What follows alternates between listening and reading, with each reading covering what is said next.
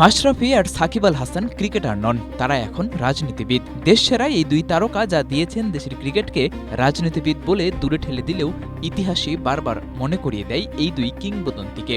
দেশের প্রত্যেকটা জয় কিংবা যে কোনো আনন্দের সময় পরিসংখ্যানের পাতা উল্টালেই ঘুরে ফিরে আসে সেই সাকিব মাশরাফির নাম। এই যেমন অধিনায়ক হিসেবে মেহেদী মিরাজের টানা ৩ সিরিজ জয়ের পর ওয়ানডে ক্রিকেটের দেশসেরা অধিনায়কের তালিকায় নজর রাখলেই দেখা মেলে সবার উপরের নামটা মাশরাফি বিন মুর্তজা। ক্যাপ্টেন ফ্যান্টাস্টিক হিসেবে পরিচিতি পাওয়া মাশরাফি বিন মুর্তজাই দেশের একমাত্র ওয়ানডে ক্যাপ্টেন যার অধীনে বাংলাদেশ পেয়েছে অর্ধশত জয়। তালিকার দ্বিতীয় নাম বর্তমান নির্বাচক হাবিবুল বাশার সুমন। 2 জয় কম নিয়ে 3 নম্বরে আছেন সাকিব আল হাসান।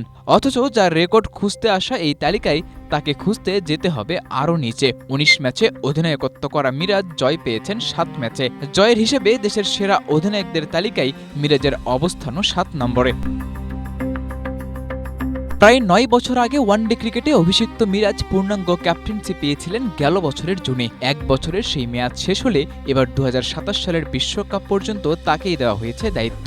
দীর্ঘমেয়াদী দায়িত্ব আর বিশ্বকাপে অধিনায়কত্ব করার সুযোগ মিরাজের সামনে আসতেই ক্যাপ্টেন মিরাজ দেখিয়েছেন তার চতুরতা। প্রথম ম্যাচে হার আর টানা 3 ম্যাচেই টস ভাগ্য বিপক্ষে থাকার পরও নিউজিল্যান্ডের বিপক্ষে সিরিজ জেতা তো আর চারটিখানি কথা নয়। দলের কঠিন সময়ে নিজেই বল তুলে নিয়েছেন হাতে, আবার দলের প্রয়োজনে চেষ্টা করেছেন নিজেকে 7 নম্বরে ফিট করার। ক্রিকেটার মিরাজের চেয়ে ক্যাপ্টেন মিরাজ দেখাচ্ছেন অনেক বেশি দায়িত্বশীলতার পরিচয়।